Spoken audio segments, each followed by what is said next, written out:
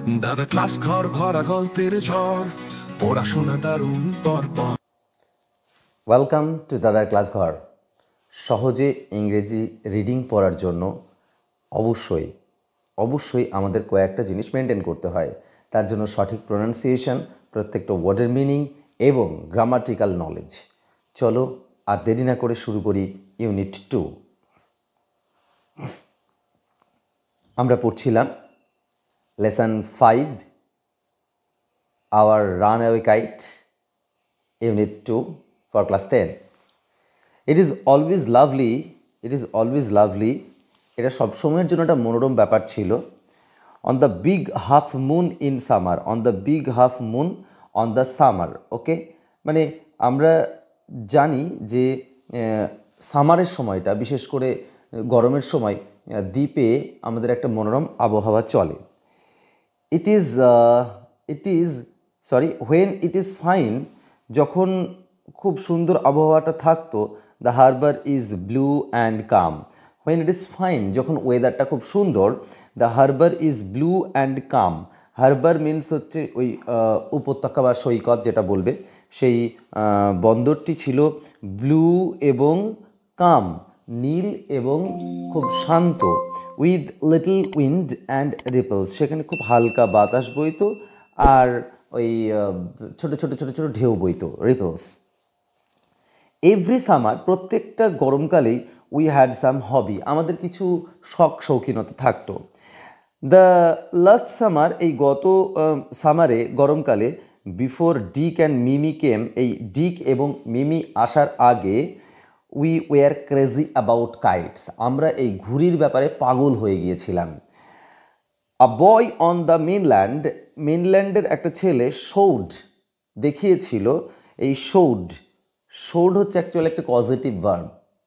Show মানে দেখানো, C মানে দেখা, শো মানে দেখানো, এরকম। ইট মানে খাওয়া, ফিড মানে খাওয়ানো। তো যখন কোনো কিছু করানো হয় তখন সেগুলোকে পজিটিভ ভার্ব বলা হয়। সমস্ত ভার্বের পজিটিভ হয় না, সেই জন্য মেক, গেট, লেট এগুলো দিয়ে আমরা কি করি না, পজিটিভ ভার্ব তৈরি করি। যেমন বললাম, আই লেট হিম গো, তার মানে আমি তাকে যেতে দিই। এই যে লেটের সাহায্যে আমি এই গোকে পজিটিভ করে দিলাম। ওকে, চলো। So A boy on the mainland, ওই মেইনল্যান্ডের মূল ভূখণ্ডের একটা ছেলে শোড দেখিয়েছিল ক্লডকে হাউ টু মেক দেম, কি করে ঘুড়ি বানাতে হয়। ব্যাক অন দ্য আইল্যান্ড, আমরা যখন ওই দ্বীপে ফিরে আসার পরে, we made plenty of kites এটা কালেকটিভ নাউন, আমরা অনেক ঘুড়ি বানিয়েছিলাম। Claude would go around to the other side of the island, Claude ওই দ্বীপের এক প্রান্তে চলে যেত। And we would play shipwrecked mariners, আমরা ওই শিপরেকড মানে হচ্ছে জাহাজ ভেঙে গেলে যে বিষয়টা হয় আর কি, ওই জাহাজ ভেঙে যাওয়ার যে খেলা, সেই খেলাটা খেলতাম। সিগনালিং টু ইচ আদার, আমরা একে অপরকে সিগনাল দিয়ে, অর্থাৎ সংকেত দিয়ে, উইথ কাইটস এই ঘুড়ির দ্বারা আমরা কি করতাম, সিগনাল দিতাম। উই হ্যাড আ কাইট, আমাদের একটা ঘুড়ি ছিল, দ্যাট ওয়াজ বিগ, সেটা বিরাট বড় ছিল। And covered with lovely red paper, সেটা লাল সুন্দর পেপার দিয়ে কি ছিল, মোড়া ছিল। উই পেস্টেড গোল্ডেন, আমরা তার উপর আটকে দিয়েছিলাম, পেস্ট করে দিয়েছিলাম গোল্ড টিনসেল স্টার্স, ওই ছোট ছোট পুঁতির যে তারাগুলো হয় সেইগুলো, অল ওভার ইট, এর পুরোটা জুড়ে। And had written our names, আমাদের নামগুলো লিখে দিয়েছিলাম ফুল অন ইট, এটার উপরে পুরোপুরি করে, বড় বড় করে। And Claude litti and Philippa litti, আমাদের দুজনের নাম লিখে দিয়েছিলাম। তাহলে ক্লড অ্যান্ড আই বলেছিল, তাহলে এখানে ন্যারেটর হচ্ছে কিন্তু ফিলিপ্পা। ওকে, ন্যারেটরকে এই যে আই বলছে, আইটা অ্যাকচুয়ালি ফিলিপ্পা। এই দুজনের নাম লিখে দিয়েছিলাম big half moon light house, আমাদের অ্যাড্রেসটা ছিল big half moon light house. তাহলে আমরা বুঝতে পারছি যে যদি আমাদের রিডিং পড়তে হয় তাহলে কিন্তু খুব সতর্কভাবে পড়তে হবে। চলো, ওয়ান ডে একদিন, there was a grand wind for kite flying, একদিন খুব সুন্দর বাতাস ছিল, দারুণ মনোরম বাতাস ছিল, grand wind for flying kite, মানে ঘুড়ি ওড়ানোর জন্য তোমরা জানো যে খুব সুন্দর একটা বাতাস কিন্তু প্রয়োজন হয়। দারুণ একটা বাতাস সেদিন চলছিল। আই এম নট শিওর, আমি নিশ্চিত ছিলাম না, মানে আমি নিশ্চিত নই, হাউ ইট হ্যাপেন্ড, এটা কিভাবে ঘটলো, হাউ ইট হ্যাপেন্ড। আমরা হ্যাপেন, অকার এই ভার্বগুলোকে কখনো প্যাসিভ করতে পারি না, এগুলো সব সময়ের জন্য কিন্তু অ্যাক্টিভ হয়। কিভাবে ঘটলো আমি বলতে পারবো না, but as I was bringing the kite from the house, আমি যখনই ওই ঘুড়িটা আনতে যাচ্ছিলাম, আমি যখন আনতে যাচ্ছিলাম, I tripped and fell over the rocks, আমি হোঁচট খেয়ে পড়ে গেলাম পাথরের উপরে, and my elbow went clear through the kite, আর আমার কুনোইটা ঢুকে গেল পুরোপুরি ওই ঘুড়ির ভিতরে, মেকিং আ বিগ হোল, একটা বিরাট বড় গর্ত করে, এখানে মেকিং এটা প্রেজেন্ট পার্টিসিপল, ঠিক আছে, একটা বিরাট বড় গর্ত করে ঘুড়িটা পুরো ছিঁড়ে গেল। উই হ্যাড টু হারি, আমাদের খুব দ্রুত করতে হয়েছিল, হ্যাড টু, এর আগের ভিডিওতে আমি অবশ্যই বলেছি had to, okay, have to, had to, has to,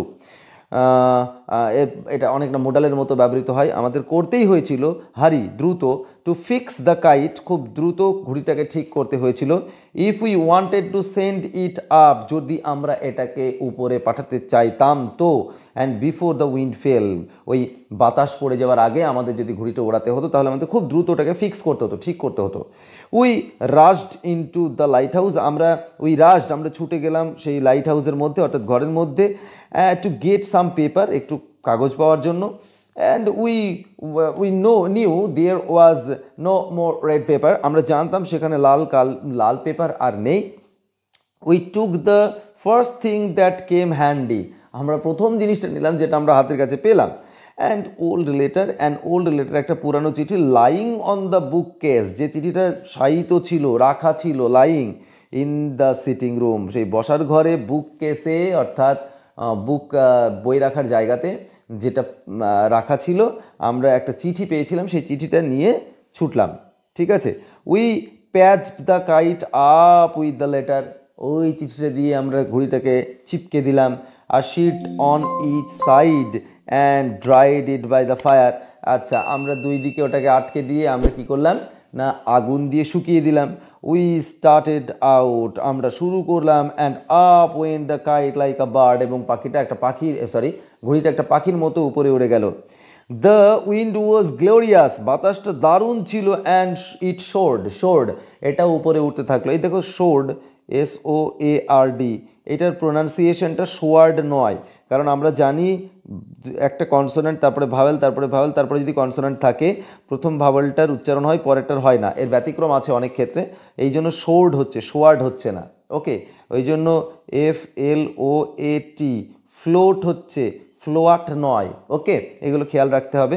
so যেমন SEAT, এটা হচ্ছে সিট, এই যে এর উচ্চারণ হচ্ছে, হচ্ছে না, sit, okay. By the way, at all once, হঠাৎই, স্ন্যাপ, ধূপ মানে বোকাট্টা আর কি, and there was a Claude standing with the bit of cord in his hand, ওইখানে আমাদের ক্লড দাঁড়িয়ে আছে, হাতে তার একটু সুতো, লুকিং ফুলিশ, তাকে দেখে মনে হচ্ছে বোকার মতো দাঁড়িয়ে রয়েছে। Our kite had sailed away over to the mainland, আমাদের ঘুড়ি উড়ে চলে গেল ওই মেইনল্যান্ডের দিকে, মূল ভূখণ্ডের দিকে। দেখো এখানে একটা ছোট্ট গ্রামারের কথা বলি, এই যে লুকিং ফুলিশ, তাকে দেখে মনে হচ্ছে বোকার মতো, এটাও কিন্তু প্রেজেন্ট পার্টিসিপল। আর অবশ্যই তোমাদেরকে বলে রাখি যে এই পার্টিসিপল কী জিনিস, জিরান্ড কী জিনিস, এটা জানার জন্য অবশ্যই ডেসক্রিপশন বক্সে দেওয়া থাকবে, তোমরা ভিডিওটা ফলো করো গ্রামার শেখার জন্য। আশা করছি তোমাদের এই কনফিউশনটা দূর হয়ে যাবে। পুরোটা দেখার জন্য থ্যাংক ইউ। দাদা ক্লাস ঘর ভরা গল্পের ঝড়, পড়াশোনা দারুণ পরপর।